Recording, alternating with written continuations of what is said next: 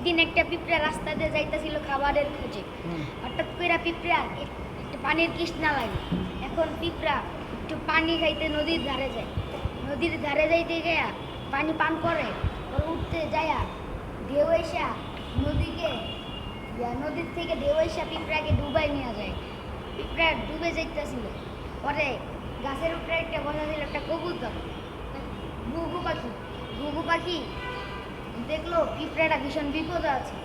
এখন ঘুঘু পাখিটা একটা ঠোঁট দিয়া একটা পাতা ছিঁড়া দিল, পাতা ছিঁড়া নদীতে ফালাই দিছে। এখন পরে পিঁপড়াটা দূরে সাঁতার কাটটা অনেক কষ্ট করে পাতাটা উঠটা, পরে পাতাটা আসতে ঢেউর তালে নদীর ধীরে পড়ছে। পরে পিঁপড়াটা উঠতে গেছে গা, পিঁপড়ে উঠটা মনের আনন্দে নাচতাছে ঘুরতেছে। পরে একদিন একটা শিকারি অনেকদিন পর একটা শিকারি ঘুঘু পাখির খোঁজে বাড়াইছে। এখন আশেপাশে তাকে দেখে কোনো পাখি নেই।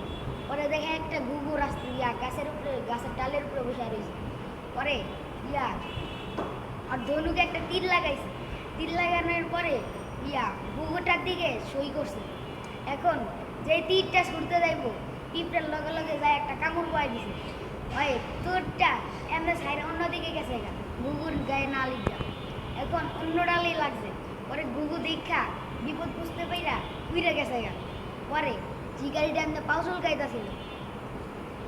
পরে ঘুঘুটা শিকারিটা মনের কষ্টতে পরে জায়গা চোখ নিচে নামায় চলে যায়। পরে ঘুঘুরা মাটিতে নামে আইসা পিঁপড়ার ঘুঘু নাচতা ছিল। এই আমার গল্প শেষ।